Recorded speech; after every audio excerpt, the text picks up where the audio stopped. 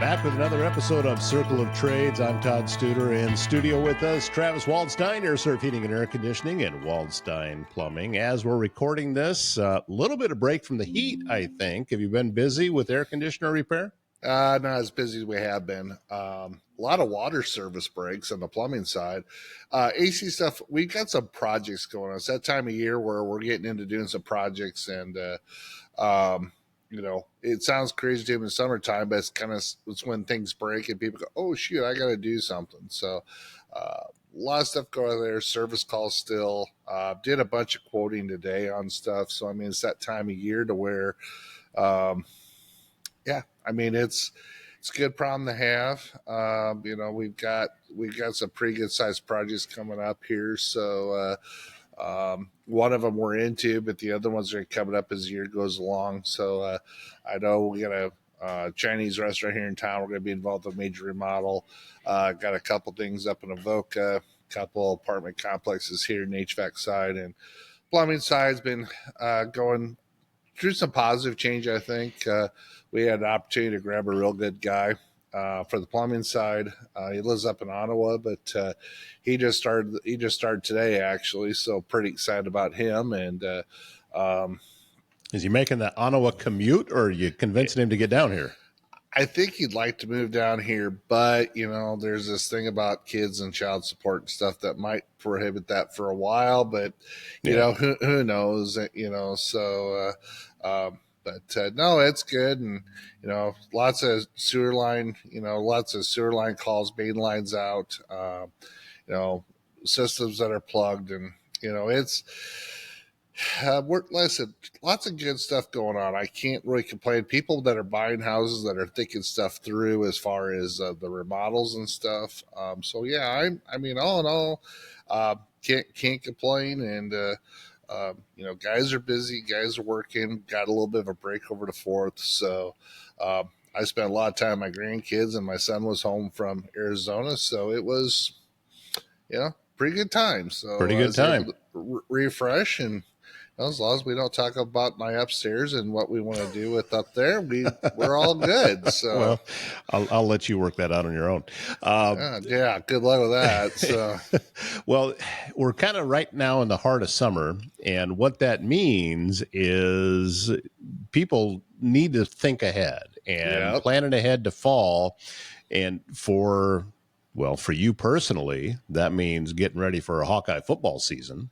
What the heck is that shirt you got on? Oh, this shirt has a Nebraska on it, but this is from my friend that has a podcast called Growing Small Town Nebraska. Oh. And this is she's doing in Nebraska pretty much the same thing that I'm doing here with my business. I thought I was going to reach through and slap No, this is, there's a couple of reasons why I'm wearing it. Obviously I record my own shows, and I was recording one today, and I talked about her, so I thought I'd wear her shirt. Yeah. And also, it's the most comfortable t-shirt I own now.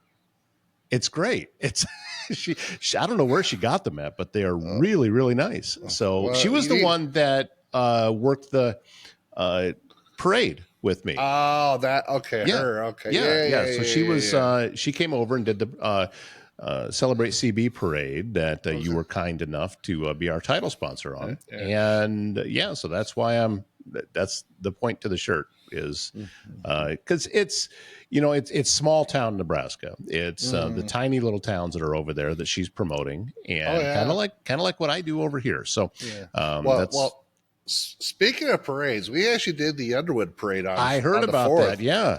I tell you what, my son sponsored the youth wrestling team, and all of a sudden there's about 25 kids with Underwood shirt wrestling on the front and Wallstein Plumbing in the back. And I'm like, that's a pretty good sponsorship, kid. When did you get involved with that? So they made him some little boy shirts for the twins, and we went hung out for a good part of the day.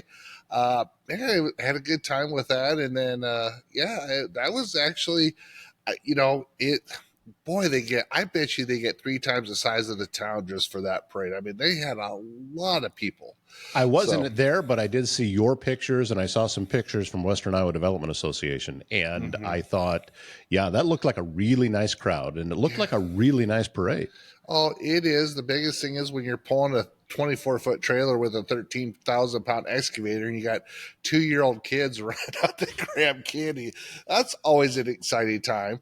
We went and bought a lot of candy at Sam's. I won't tell you the dollar amount, but it's got real close to 4 digits on it, with no decimal points. Holy cats. And I thought we got rid of all of it, but somebody sitting up in the excavator hitting on the horn wasn't paying much attention. So we ended up with 6 bags of candy left over. I was not happy. I said the whole deal is to get rid of this stuff. So set up a booth at West Fair and go give it away there. Well, they won't put air conditioning in the buildings. I've tried talking to it, but I hear they do have a new fair board out there now. But I heard they were working on raising some money for it. They were trying to, because West Fair needs a lot of work. That's a whole nother episode. Oh, but at the same time, I think that they'll get it figured out eventually and get the renovations done. And I think it's a tremendous spot. And I think it could be what it used to be. Yeah. So, well, growing up in Northwest Iowa, up around Spencer, County Fair is, and at one time it was just, they did the fair wasn't a lot, but then they built the community event center, and now they got stuff going on almost all year round. I lived up in Mason City for a while, Cerro Gordo County Fairgrounds. They had the hockey team that played, and they had the indoor event center and buildings up there too. I mean, and those are two bigger county. I don't know. Well, Spencer's not a huge county, but I mean, they had county fairs where they had a board that managed it and ran it. And the board managed it, but they actually hired a promoter to come in on both cases, and they've done pretty well. Actually, the guy that ran the Clay County Fair just got hired to take over the Iowa State Fair. Wow. So they must be doing all right with that. And so, what I've said for years with the Clay County Fair with the West Pot Fair is that, if they can get a fair board that thinks like a business versus a bunch of farmers, and I love farmers, don't get me wrong, but that think like business people, a bunch of farmers, I think they could do some fantastic things, but they're going to have to put some money in facilities, and instead of storing cars all year round, they need to make it to where there's events all year round. They got the motorcycles, they've got West Fair itself. But I think that, they get the amphitheater, but I think that there's venues. I think it's way underutilized for what it is. And I know there's people that share that vision, and before they change out the board, I'd had a couple discussions and I kind of got dismayed with it because it's like, you got this fantastic thing and you're just running into the ground and it doesn't make any sense. But, I hear there's a new board. I would love to sit and talk to them actually to find out what they're doing. So, but I know they're wanting to raise a lot of money too. So it's going to take a lot of money because there's a lot of work that needs to be done out there. A couple of years ago, it was a week with 100-degree weather, and you were just baking out there. Yeah. It was pretty bad. If you're inside the metal buildings, you're better off to be outside. And that's my thing. As I said, but it costs money. I know we used to have council building trades out there, and there was one year they didn't have any heat in the building. Well, she got down to 30 degrees. Well, we went and put some electric air handlers in and just wired them in for temporary. So we get the building at least up to 55 or 60 degrees. But yeah, it's one of them deals. It's kind of like your old machine shed that you don't want to, you might put concrete into it, but heaven forbid if you heat and cool it because, you don't really want to use it for that. And that's why I said, I think the mentality needs to change a little bit. I think it would be a lot better, it sounds like it is, but you don't want to just go in, halfway. If you're going to do it, you want to do it right. So unfortunately, that's going to take funds, obviously. So, well, we'll start having bake sales, sell some pies, raising money for West Fair or brownies. Well, you'll, as we said before, you'll be dragging that camper off to the east and finding a place to put it for the season because the first Hawkeye game is coming up on August 30th. I know it's 7 weeks. 7 weeks. 7 weeks. I paid for my camping spot just before the 4th, so we're good to go. Got the tailgate spot down. I got an extra space, so if I got friends come over, got places to park. 2 blocks from the stadium. Mm-hmm. I'm, got a great schedule this year, man. I'll tell you, if you're an Iowa fan, with the Big Ten, I mean, I don't know. I mean, we'll get into it, but man, their schedule's pretty freaking awesome. I have to admit, which is what scares me. Well, Historically, if you take a look at years that, looking at the schedule, you would think that, oh, this is just great, and then they'll go 6-4, and that's, I've seen that multiple times. I remember, well, you had an opportunity to meet Kirk Ferentz earlier this year. I had a chance to interview him. Well, shoot, now that I'm thinking about it, it's over 15 years ago, but at that time, I remember I looked at the schedule that was coming up. No Ohio State, no Michigan, had Penn State at home. They were on the road at Wisconsin, but all of the hard games they had were at home. And I asked him about that. I said, is this an opportunity? And he very diplomatically didn't like the question. Because and he was nice about it. But at the same time, he set me straight. And he said, look, we don't have control over the schedule. That's not something that we set. We can only deal with what's directly in front of us, and that's what we're going to do.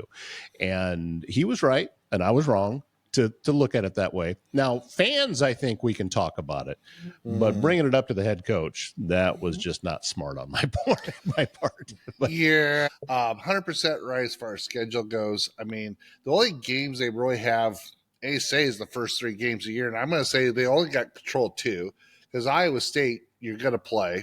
Mm-hmm. So they got 2 games that they got control of. So they got Albany and UMass, which are, those are, we're going to bring in the, hopefully the second team offense in the middle of the second quarter will be scored 35 points. Although 35 points for Iowa football the last few years. My desk is made of wood, and I'm knocking on it. You can tell because the camera's vibrating.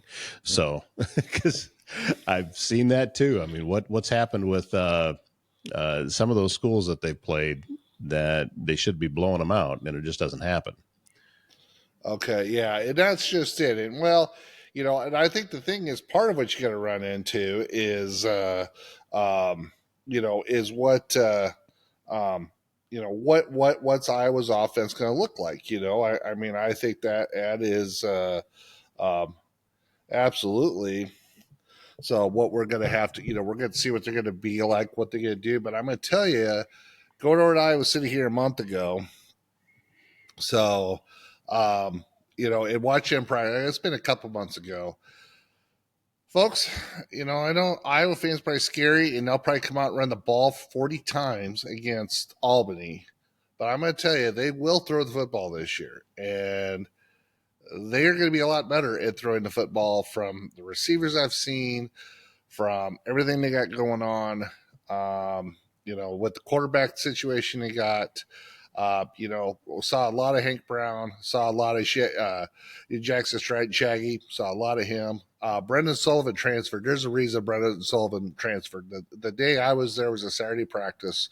They were 11-11, and Brendan Sullivan could scramble and he could make some runs, but he was the 3rd best quarterback in that room that day, not including Mark Gronowski. And Gronowski was sitting there doing the reps, in his head, if that makes sense. So, and they have weapons. They're maybe not Ohio State. I mean, they don't have number 4 for Ohio State Smith. They don't have that player on the roster, but there's one team in America that's got a player like him. So I mean, right. I would say if you're an Iowa fan and you're looking at special teams, are still going to be good. They moved Xavier Wampert Black to free safety, which, they practice there a lot in the spring. And in that day, I watched him pick off 2 balls. Both of them, I think, were from Brendan Sullivan, actually. But, I watched him pick up a couple balls. Where I was going to have some time to develop, they're going to need a little bit of time with the defensive line, and I think they'll be all right there. I think where you're also going to see some issues with them is at linebacker. Every time that Iowa goes through this in the past, they got these next core group of linebackers are going to bring in 3 or 4 players. You can go back to Mitch King and Matt Krul. You go back to them days. You're going back 10, 15 years with some of these players, and then you've got your Josie Jules of the world. You can go back to, back in 2012, 2013 with them, that linebacker group there. And then this other one with Jay Higgins and, that group that just graduated last year, it's kind of next man up, and it's going to be interesting to see. They're going to make some mistakes early, but, Jack Campbell's brother is, probably looking at playing. They've got a lot of players in the defensive secondary, are at linebacker that I think are going to play very well. But, you're going to need to get yourself tuned up versus Albany, because you're going to Ames a week later. And that's going to be an interesting, that's going to be an interesting deal. But let's talk about Iowa State for a bit. I heard a stat today. I read a stat today. All right. It was in the Athletic. Actually, they had the top 100 rivalries in all college football. Iowa, I think, was listed 5 times. So they were listed, let's see, Penn State, Iowa, Penn State, Iowa, Nebraska, Iowa, Wisconsin, Iowa, Minnesota, and Iowa State. Iowa, Wisconsin was actually the highest rated of that group, but Iowa State was mid-20s. What they said is if Iowa State was a little bit better, it'd be a top 20 rivalry, but Iowa State hasn't always been good. Now they're good now, and if they stay good, it could be a heck of a rivalry. But that in the last 13 games in that series, the visiting team is 11-2. Really? 11-2 for Iowa State. Think about that for a minute. Because Iowa hasn't lost at Ames since, 2011? I think it's the last time we lost to Nebraska in Lincoln is like 2011. So you think about that. Iowa's lost the last 2 times. Iowa State's came to Kinnick.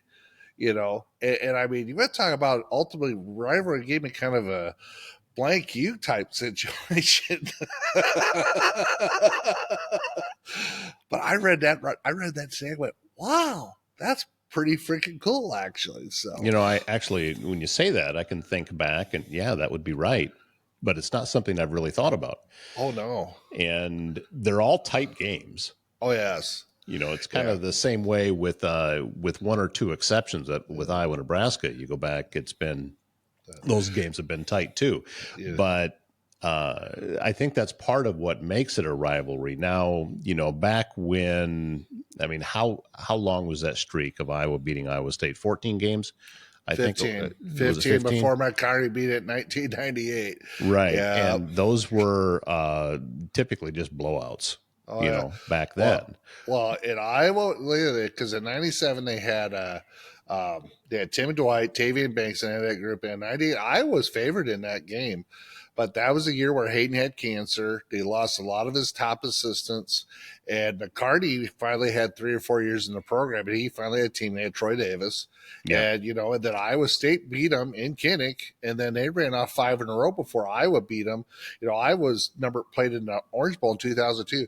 We were up 26-0 or whatever score was in Kinnick at half, and we lost Iowa State, in the second half in Iowa City, and Iowa State started off 7-1 before the wheels fell off in the second half of that year because Seneca Wallace was just a world beater for Iowa State. Yeah. I mean, and hell, he's still. Up until Brock Purdy came along, he was probably the best cycling quarterback that ever been through the program. So, but yeah, so that's going to be an interesting game because Iowa State, I think they're fairly young at receiver, but they got some good receivers.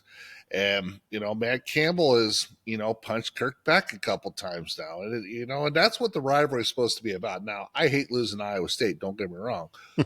But I'd rather, if you're going to lose a game, I'd rather lose to, Iowa State team by 1 at the last second at home that played in the Big 12 title game at the end of the year versus Iowa State that went 2-10. Or beat the snot of Iowa State that went 2-10. You'd much rather have that be a good game.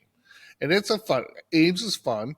And there's a lot of things going on in Ames with Town and their building, and they're making a lot of changes in Ames too with the stadium. So I think if you get a chance to go over there, there'll probably be 50,000 people standing outside drinking Busch Light and watching TV, which that's all right too. So are you planning on doing that game in Ames this year? Oh, I want to. It's a rough place. Yeah. It's not friendly to Hawkeyes when you're there. Yeah, you know what though? Number one, I'm not a small man, so so I've never I can't say I've had a terrible experience with Iowa State fans. I mean, there was the one 2 years ago last year that blew chunks all over right in front of us at Kinnick, but she just couldn't handle our alcohol. So that's probably about the worst experience I had the last 10 years. It took till third quarter to come clean it up. It just smelled like vomit. That was great. So, well, before this goes completely off the rails, let's talk about the games here. Now, you mentioned Albany. That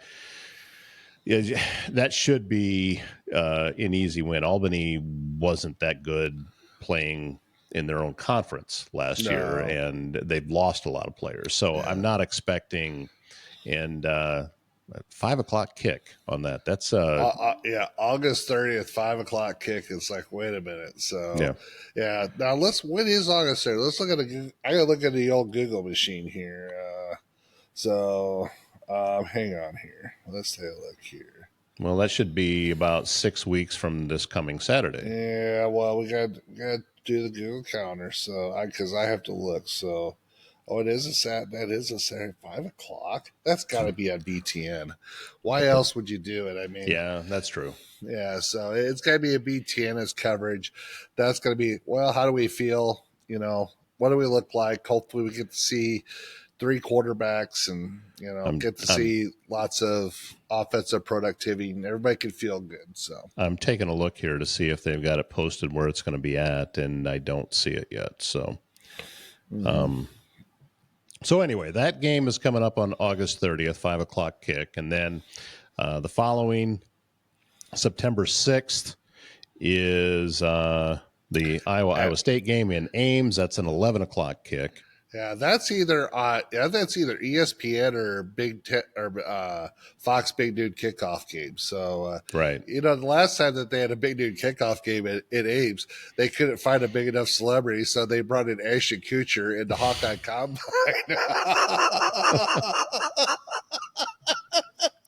That's cold. Yeah, the guest celebrities of Hawkeye in Ames. They put Larry the Cable Guy on in Nebraska, so. Yeah, it's well, that's true. So okay, so figuring to get the win in Albany, the Iowa State game, it's just a toss up every year. It's hard to pick which way this one's going to go. Yeah, and regardless of how good the teams are, they're going to play close. That's just historically how it is. I was the year that it ended up being 44-41 in what was it, double overtime or whatever it was. Akron Wildly won it. There was the 2 years later where it was a 9-hour game and no one in Ames would sell the Iowa football team cheeseburgers, so someone had to run to Ankeny to get cheeseburgers for the football team. It's such a long delay. Terrible. And then, yeah, and even last year in Iowa City, I mean, just the last couple games. I mean, the game not last year, but 3 years ago in Iowa City. That's when Iowa State had the kid from Northwest Iowa that is not very good at gambling. What's the quarterback's name? He went to Iowa Western, but that was a 10-7 ball game, and it's like one series. Iowa thought they scored, and then Iowa State took it down 99 yards and scored. Mm-hmm. It was one of the worst. Well, there was a lot of bad games that year. That was a bad game. So, and it rained. I remember it was 5 miles to my truck, and it rained, and that's when I decided I'm getting a parking spot very close to the stadium. That life decisions were made after that game. So. Okay, moving on now to game number 3. You got UMass at home. That's an evening game, and again, it's that should be a win. Yeah, you can't imagine that. It's a two. Kurt was it? I think Kurt coached it. Was it UMass? Yeah, I think was it UMass or what was it? Maine. Kurt coached at Maine. Yeah. But there's some ties to the UMass program, and they're coming in. It's a paycheck for UMass.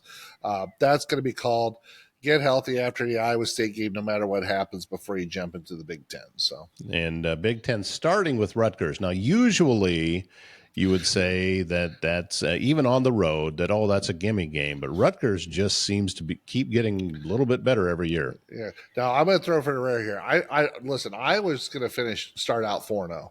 This is my opinion. I think Iowa State's going to be a close ball game, but I think Iowa's going to pull it out in Ames again just because that's the way the series has been. But if Iowa State win, I would not surprise. But I think Iowa will go be 4-0. I think they'll beat Rutgers. Now, Greg Schiano is a good football coach. He's got better players there. I think Greg Schiano, that'd be a big feather in his cap if he beat Iowa. Because I think that's one of them schools, along with Ohio State and Penn State and Michigan. If they could beat, or Wisconsin, if they could beat any one of them schools, it would help put Rutgers on the map. But they've got players. There's a lot of players in New Jersey that just don't go to the University of New Jersey, or AKA Rutgers. But they've got some players. I will say that. So. And then the following weekend, they've got Indiana at home. I haven't heard how Indiana is going to be this year. Well, we're going to find out because remember, Indiana made the college football playoff last year. They lost 27-17 to Notre Dame at Notre Dame. And, okay, it wasn't really that close of a game per se, but Indiana, look what they did in the Big Ten last year. I mean, they gave Ohio State all they wanted in the game. So, their coach was not William and Penn. He coached out east. There's a 1AA school that's jumped up to Division I now. He's a coach. I mean, I don't know what it's going to be like in the second year with his players, his system. It could be better. They could take a step back a little bit. That's going to probably be a marquee game. For the Big Ten, assuming that both come in 4-0. And I don't know anything about Indiana's schedule, but I have to believe Indiana is probably going to come in 4-0. So I expect that to be a big game.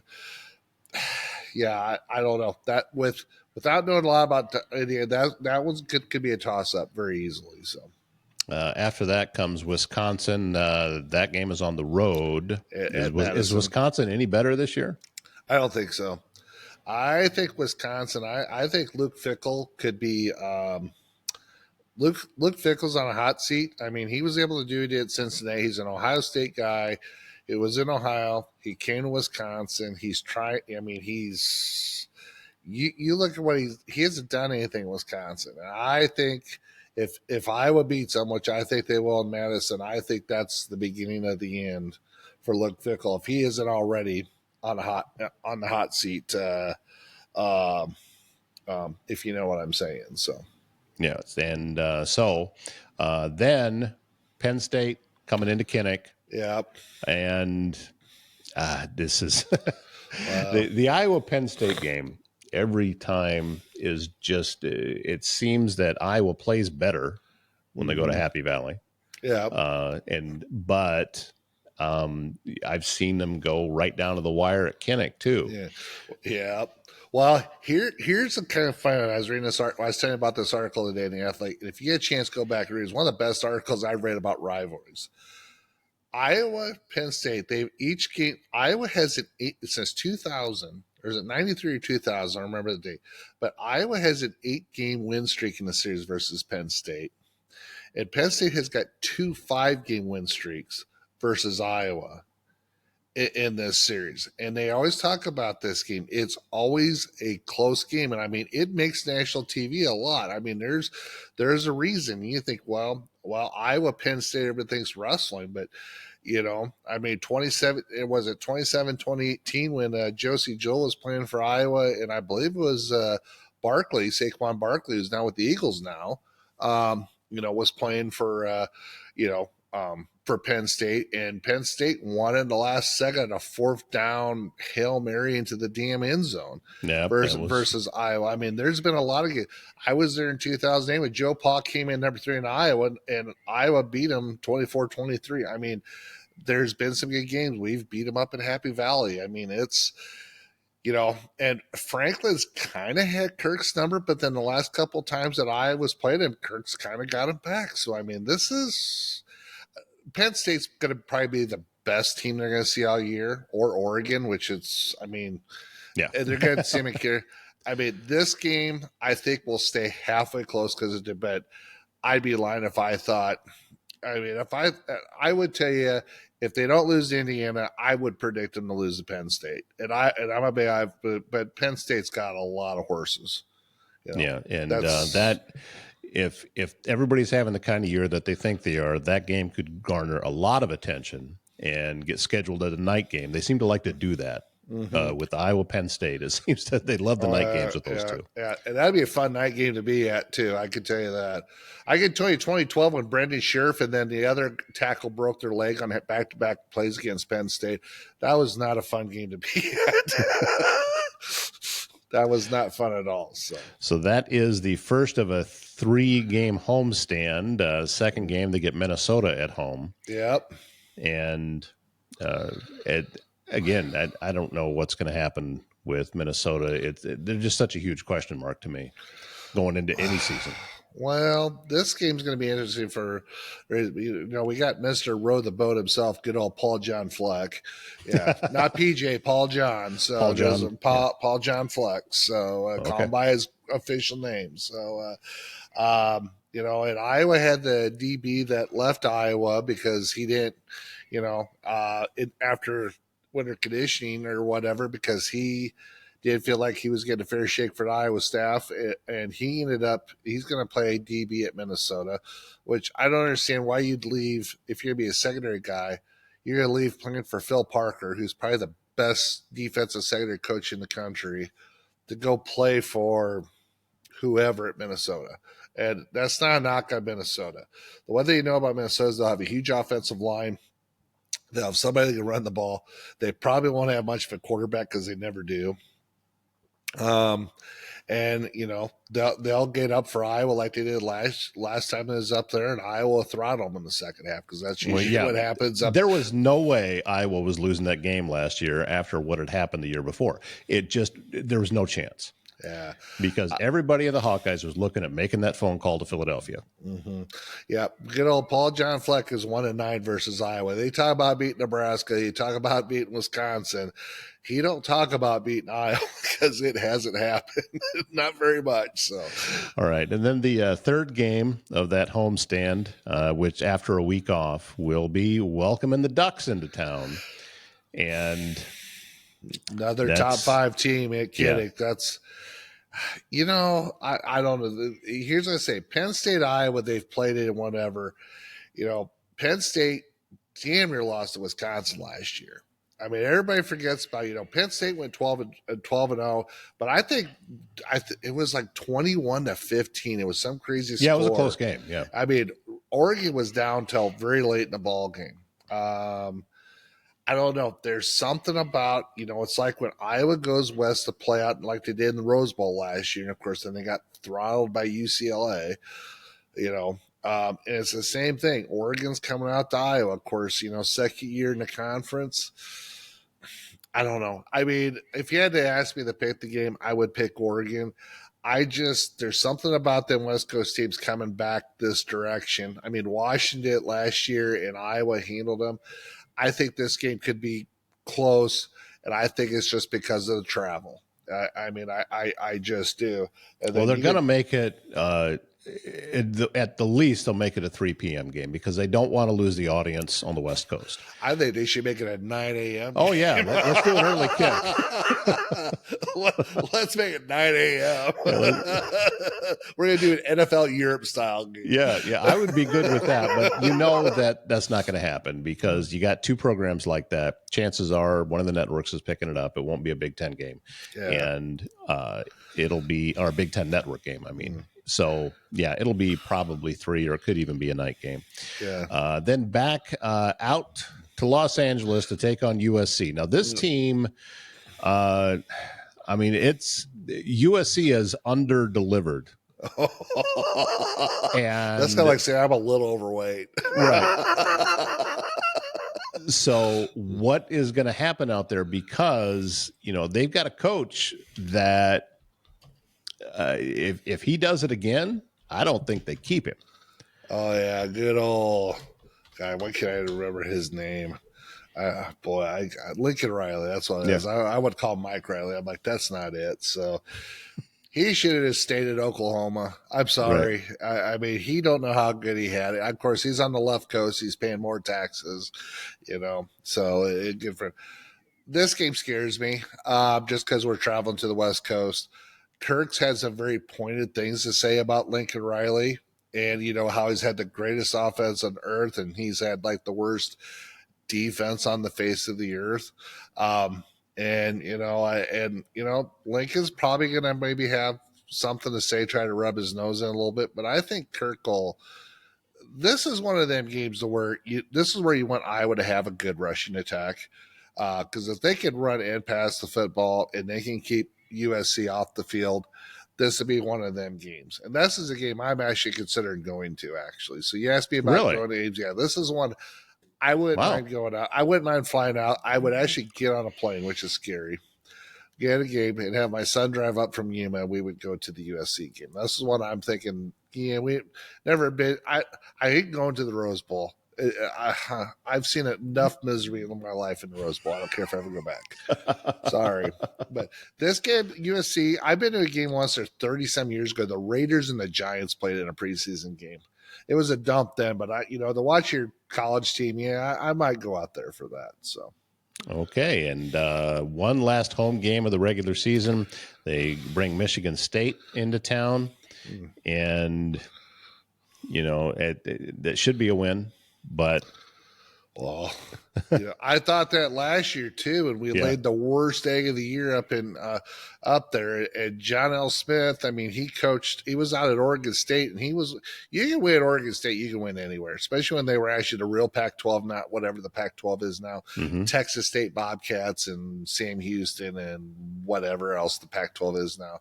But what is the real Pac-12? I mean, he was good out there, and, I think he's got some resources at Michigan State, and I think that's why he left. That's why he left his alma mater. He didn't have a choice in the matter. Michigan State seems that, there's some early indications that they're actually out recruiting Michigan in the state of Michigan, which I don't know if that means a whole lot because Michigan recruits nationally. Michigan will take a player or two from Michigan, but they're going all over the country. So this is a game I feel pretty good about, but we're going to kind of see how the year falls. Who knows what Michigan State's schedule, if you had to look at me right now, I would say if Iowa comes out of that game 8-3. So I think they'll lose to Penn State. I think they'll probably lose to Oregon, and they'll lose to either Iowa State or Indiana. That would put them at 8-3. So if you're 8-3 Iowa, you're coming to the Nebraska game.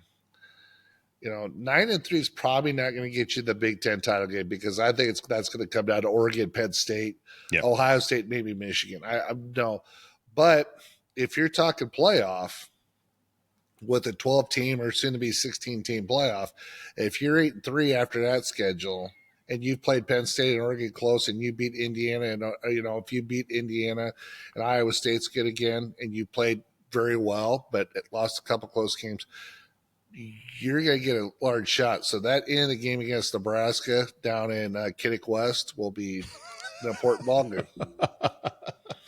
Yeah. I mean, Matt Rule's going to be out there with his, he'll build, with his overalls, which ain't, not my style overalls, and his, what was that thing he had in the hay bale? It looked like a boombox or whatever the heck that was. I don't know. I mean, all right. Well, let's have a conversation about Matt Rule here for a second because he didn't make any friends at Kinnick Stadium last year. When Jay Higgins let me hear all about it.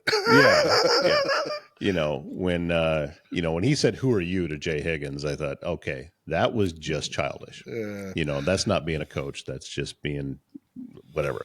But yeah, and how the coaching situation is in Nebraska. You get about a 2-year grace, and then the third year, if it doesn't go well, then and so he has made a bowl game.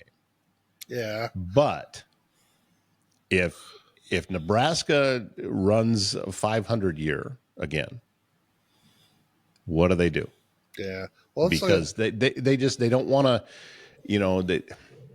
look, all of the boosters still think it's the 1990s. Yeah. And that's where their bar is set. Now, I don't, disparage them for that. I think you want excellence and shoot for it. Okay, great. Mm-hmm. But, it's things are different now. Well, no. I mean, I'll just run through Nebraska's schedule real quick. So, just since we're here talking about it, and we just Iowa State too if you want to, but Nebraska opens up at Cincinnati. I don't think that's guaranteed to win. Of course, Cincinnati's at bottom feeder of the Big 12 at this point, but Cincinnati could go like this. I mean, we've seen that in the past.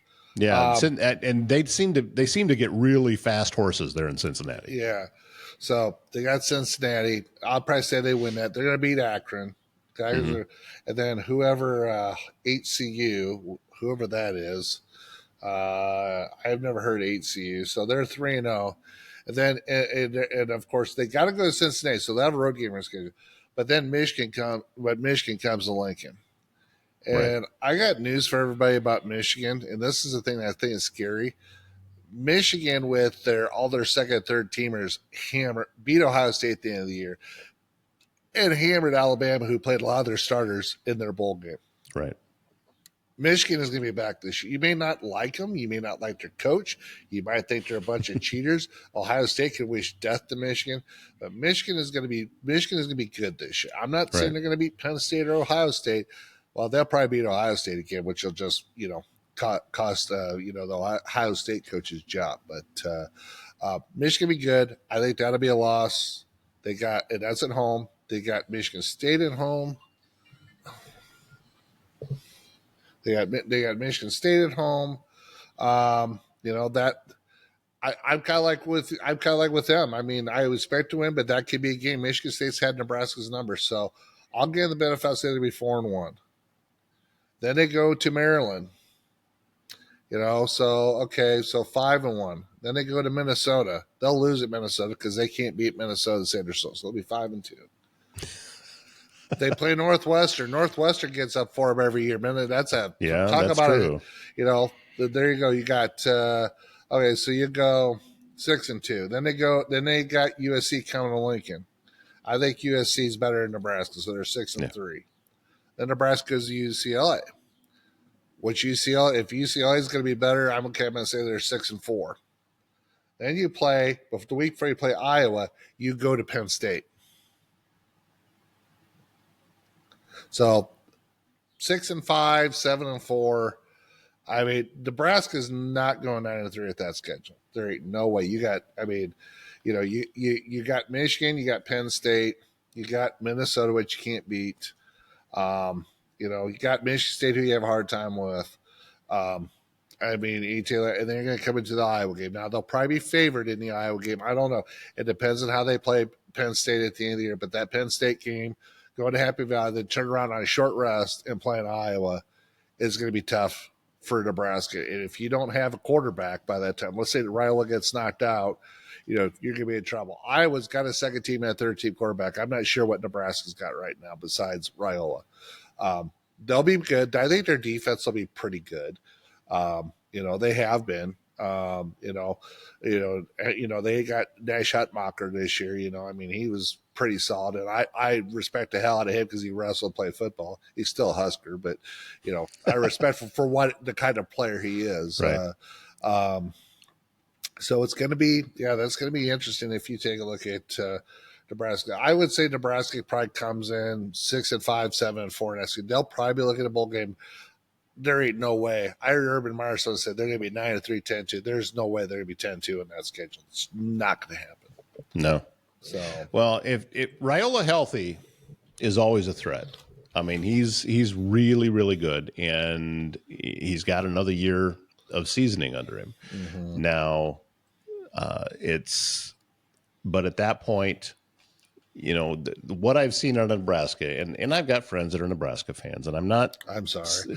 I'm not saying this, this is not a dig against them. However, that fan base has been known to turn on teams.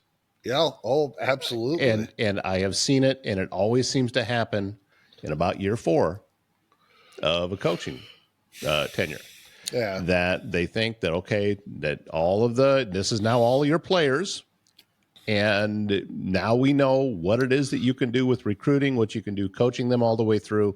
And if they finish the season with 6 wins, Mm-hmm. that fan base will not put up with it, No, and you're they will right. have turned on him again.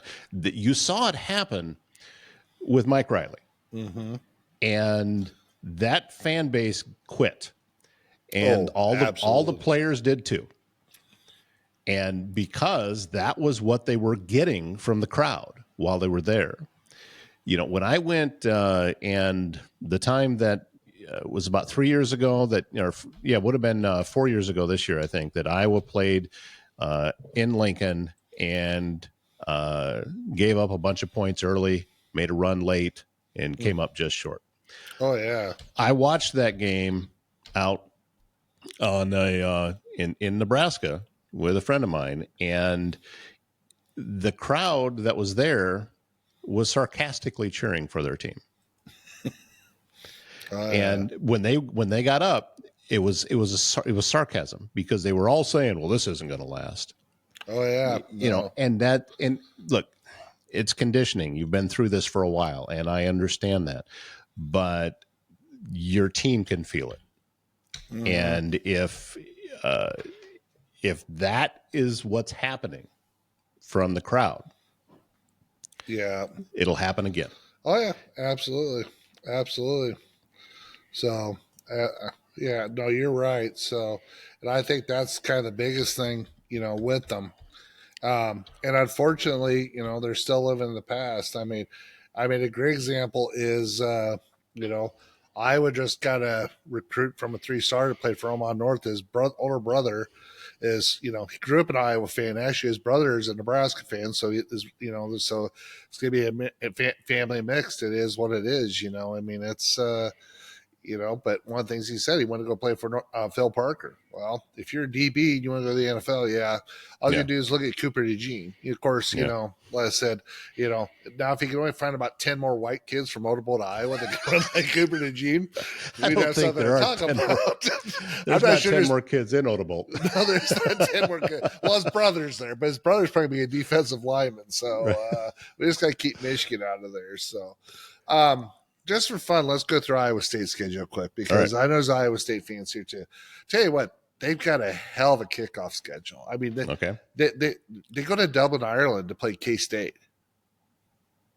That's interesting. That's their start to the year. That's last year, what was it? Georgia Tech went over and beat Florida State.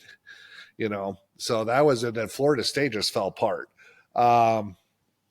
But no, they go over there. That's the oldest running rivalry in all college football. Iowa State, K State, active rivalry where they haven't missed a year. And the Big 12 is going to screw that up in 2027. Yeah. Talk about a bunch of blowhards. I'm sorry. I'm not a fan of the Big 12 commissioner. Nothing against Iowa State, but how the heck do you blow that up? But, well, that's the Big 12 for you. So, Right.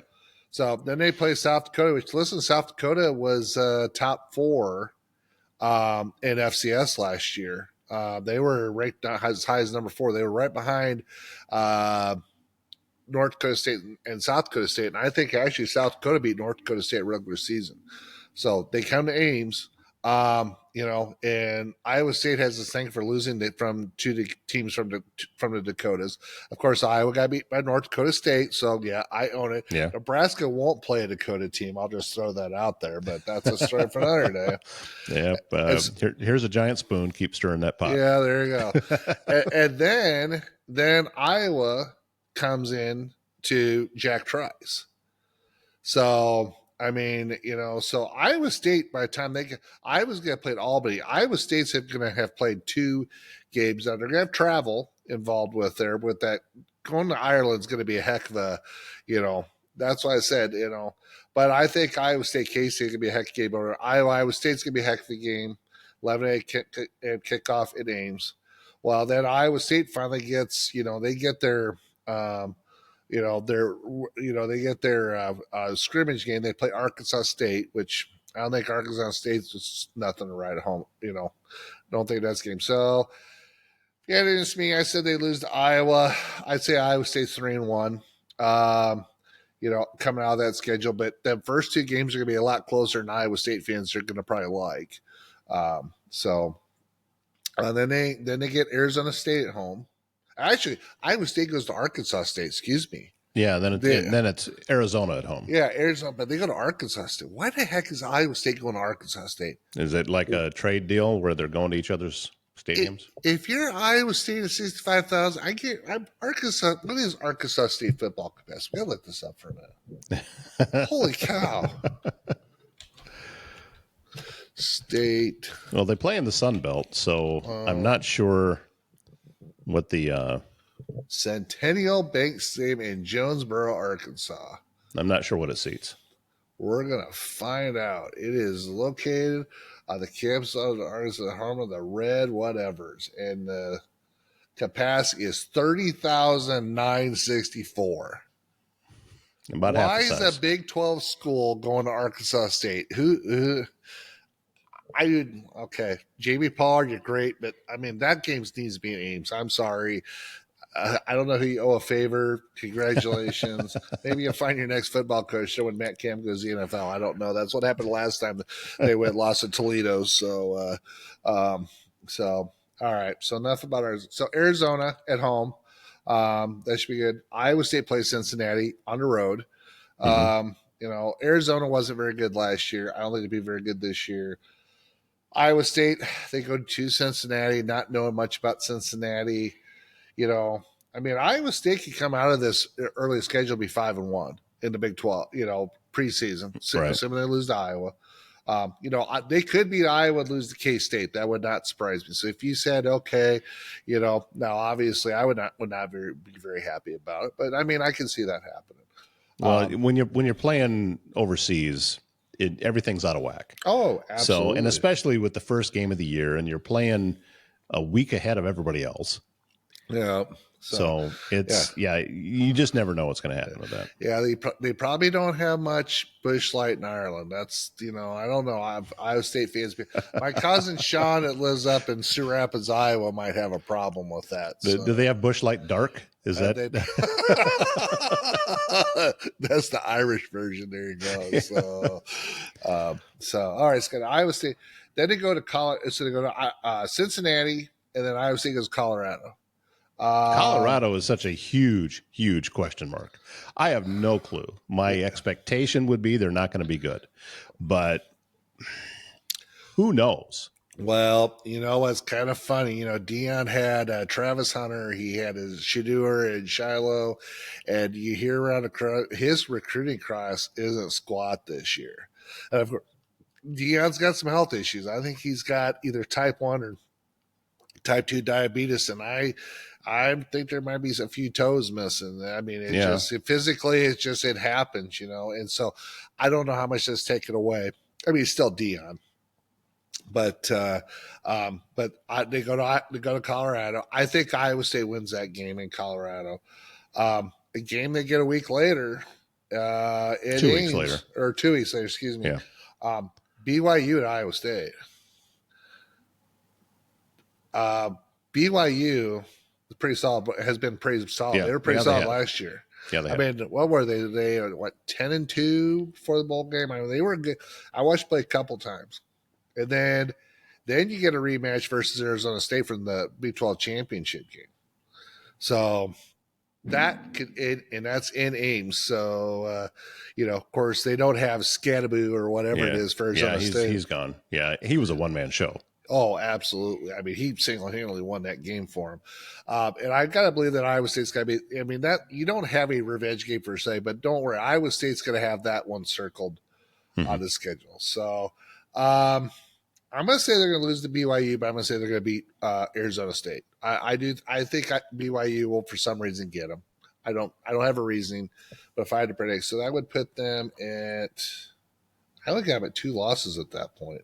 Right. So they would be, 8, it'd be 7-2. 7-2. Then they go to TCU. So they'll be 8-2. Then Kansas comes to Ames. Which Kansas team's going to show up? Is it the Kansas team from 2 years previous, or is it going to be the Kansas team in the first half of last year? Right. Kansas team first half of last year. I mean, I'm sorry, the fourth grade at Lewis Central Middle School could have beat Kansas the first 4 games last year. They were horrible. But then they figured out, hey, we are Kansas, and now they're going to be playing back at home because their stadium's finally getting halfway remodeled. They're not doing this travel and stuff. But I think I think they beat Kansas, and then you go to Oklahoma State. I think from what I've read, Mike Gundy, I think might be out of a job at this point. He might be playing for his job. So you take that Iowa State schedule. Iowa State could legitimately go 10-2 this year, and probably play the Big 12 title game. So because you take a look at it, they got K-State, Iowa, BYU, and Arizona State are the 4 biggest games, and I think they will go 2-2 in them 4 games. How that mixes up, but Iowa State will be 10-2 this year, and they'll probably be playing for the Big 12 title. I mean, if they're not, it's just because of points or head-to-head or whatever. But if you're an Iowa State fan, you'd have to be pretty happy. And listen, you're probably talking a chance at the college football playoff, especially if you're playing in the title game. I mean, realistically, you're having that discussion. And wouldn't that be something crazy at the end of the year? You're talking about Iowa State game is played in week 2 or week 3, depending on your schedule, and both teams are playing for. Right. They're playing for it. I mean, if you're an Iowa State fan, if you're an Iowa fan, that says a whole lot about football in the state of Iowa. Not to mention you take a look at Iowa Western and, and Drake and some of the other programs in the state. That's, and even Northern Iowa. Northern Iowa's got huge changes here. New coach, new system. That'll be interesting to see what happens. But yeah, so we broke out Iowa, that team from Lincoln, Nebraska, and then Iowa State. I'm actually pretty high at Iowa State this year. I really am. I do think, like I said, the Iowa State game is going to be a close game. That is not going to be a blowout. The history just says the visiting team is probably going to win. This will be the year that Iowa State beats Iowa, and I'll freaking be cussing for the next year. But Iowa State's going to be good, though. Well, yeah. If you had to choose one, lose to Iowa State or lose to Nebraska, which one are you picking? Oh, I'd rather lose to Iowa State all day, every day, and twice on Sunday. They're not nearly as annoying as Nebraska fans. It's not a question. So, you just divided my audience in half, but that's okay. Hey, I'm an equal opportunity offender. No, but let's go back to Nebraska for a little bit with Matt Rule. I do like Matt Rule's coach. I think he's got a lot of things right. The one thing I do appreciate about Matt Rule is he's not afraid to get in front of the issues. You may not like what he says, but he's not afraid to get in front of the issues. And you know what? I can respect that 100%. I think if Nebraska fans can be realistic, if they can live with, 8-4, 9-3, 10-2, every once in a while you're going to get up there and be a top echelon team. I think you could have a great coach there for a long time. But if there's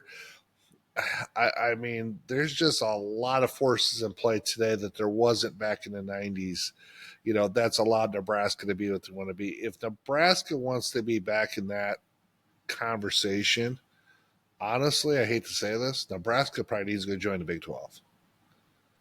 And and the reason for that is their recruiting base. When Nebraska left the Big 10, especially in football, their biggest recruiting base was out of Texas, outside of local here, Iowa, right. Nebraska.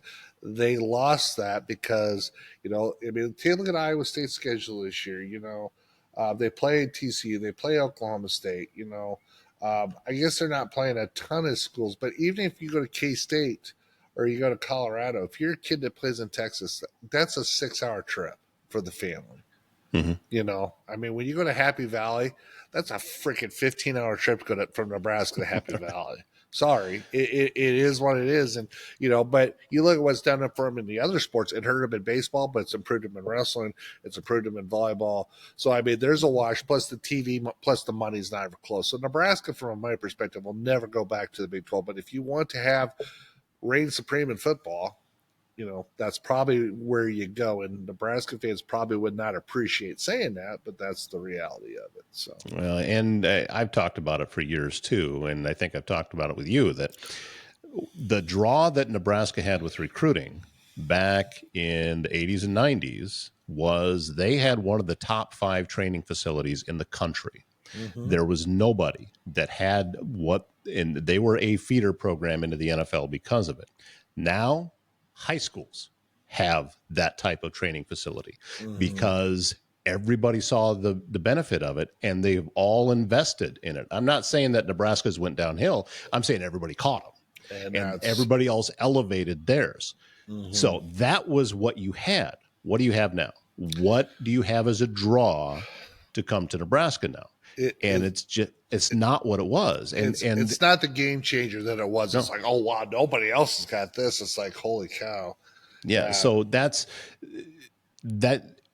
is the difference from back then. Plus, you could run the option back then, and nobody could stop it if you had the speed. And, and they had the only team in the country with 300 plus across the front line, so they could open up holes.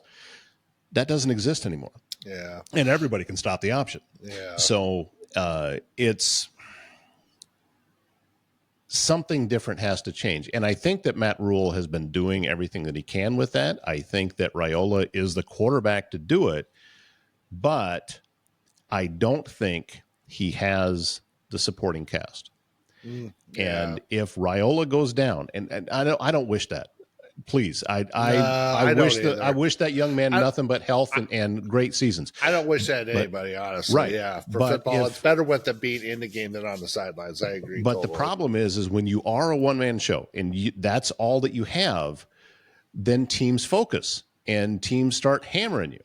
And that's a dangerous place to be. I mean, you take a look at the type of quarterback that Raiola is and transfer it over to the next level in the NFL. How many of those types of players survive and have a long career? Not many. If you go back, I watched this on July 4th. I was watching TV. It came up. They had to replay the Iowa-Nebraska game. It was a condensed version of it. What part of what happened in that ball game is Nebraska basically had no run threat against Iowa, and it was all Raiola. And not that Raiola didn't make some plays, because he absolutely made some plays. Yeah, he did. Yeah. But Iowa was able to kind of pin their ears back too and get to him just as much, if not more. And most young athletes do, he finally made a couple mistakes.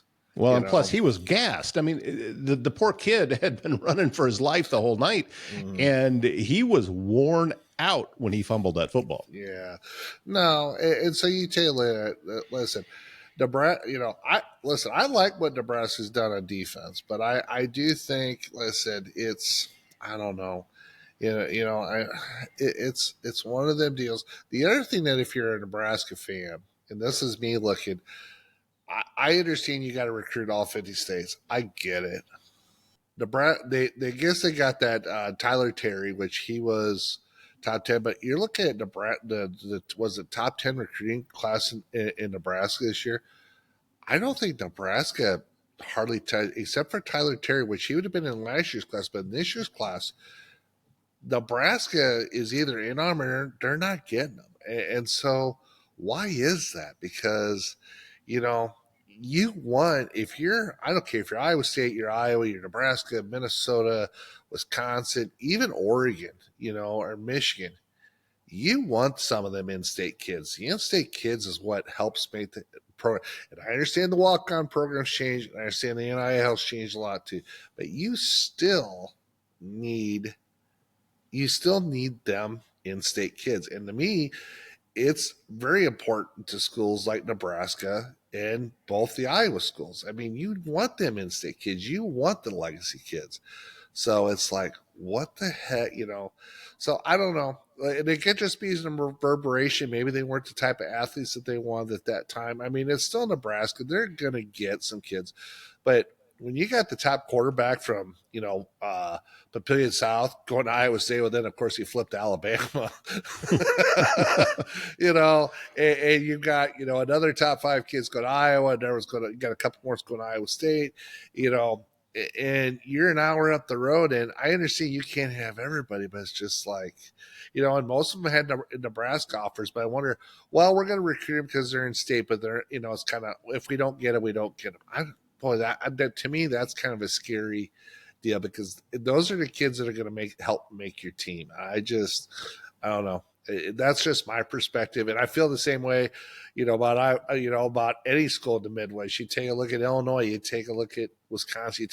You want them in-state kids, or the kids that have ties to it for whatever reason. My dad played for him 30 years ago. I would come play for him. Those are the kids you want. And nothing against Raiola. I mean, Raiola is a legacy.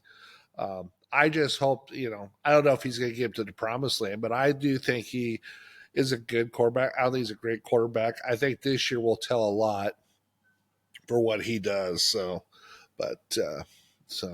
Travis's prediction, we've got Iowa going 9-3, Iowa State 10-2, and Nebraska, what are you calling it, 7-5? I would call 7-5.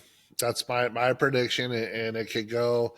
I think Iowa State's pretty solid 10-2. I unless they just fall apart or Rocco Beck gets hurt.